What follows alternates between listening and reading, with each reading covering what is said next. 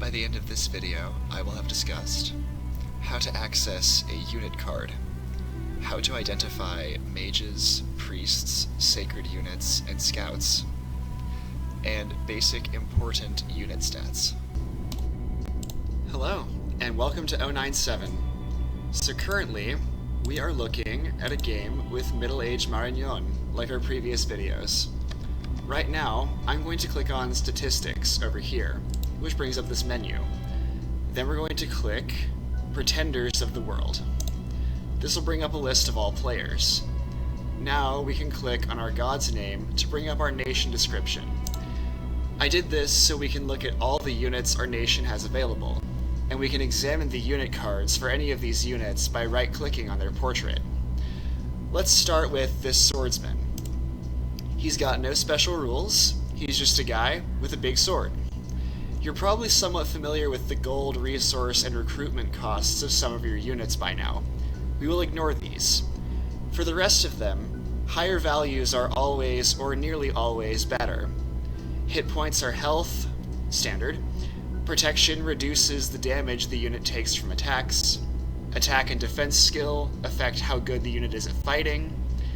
Precision affects ranged attacks. Strength affects damage. Morale affects how long they'll stay in a tough fight. Map move affects how far the unit can go on the world map in a single turn. Magic resistance is self-explanatory. For most of these stats, 10 is what an average human soldier would have. Giants, dragons, and other creatures might have considerably higher values, while hobbits and goblins might have even lower. Let's leave this guy's data card, and take a look at our friar to see what a commander looks like. The friar teaches us quite a bit. First, we will notice this row of leadership stats underneath the other ones. This is how many units a commander can lead, and how many additional undead units they can lead, and how many additional magic units they can lead. We'll also see these three symbols down here.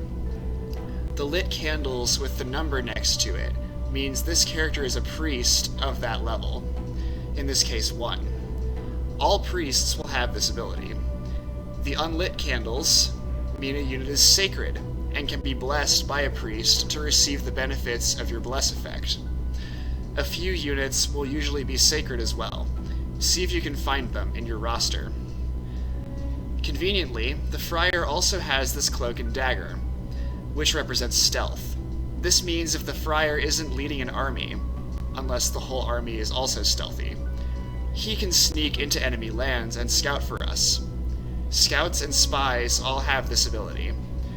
Higher values mean it's harder for enemies to find them.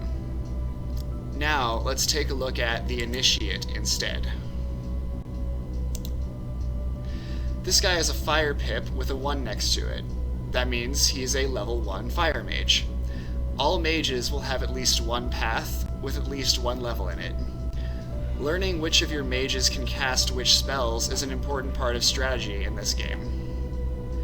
So now, we know the basics of unit stats, how to access unit cards, and how to identify sacred units, priests, mages, and scouts. In this video, we learned you can open a unit card from almost any screen by right-clicking on the unit portrait. Most stats for a human are around 10, and higher values are almost always better. And mages have a path symbol and number, priests have candles and a number, sacred units have unlit candles, and scouts have a cloak and dagger. Do the YouTube things with the like and subscribe buttons if you want to see more of this content or to boost my ego, and leave a comment if there's anything I missed or if you're feeling chatty. Thank you for attending Dominions University. I hope to see you in class again soon.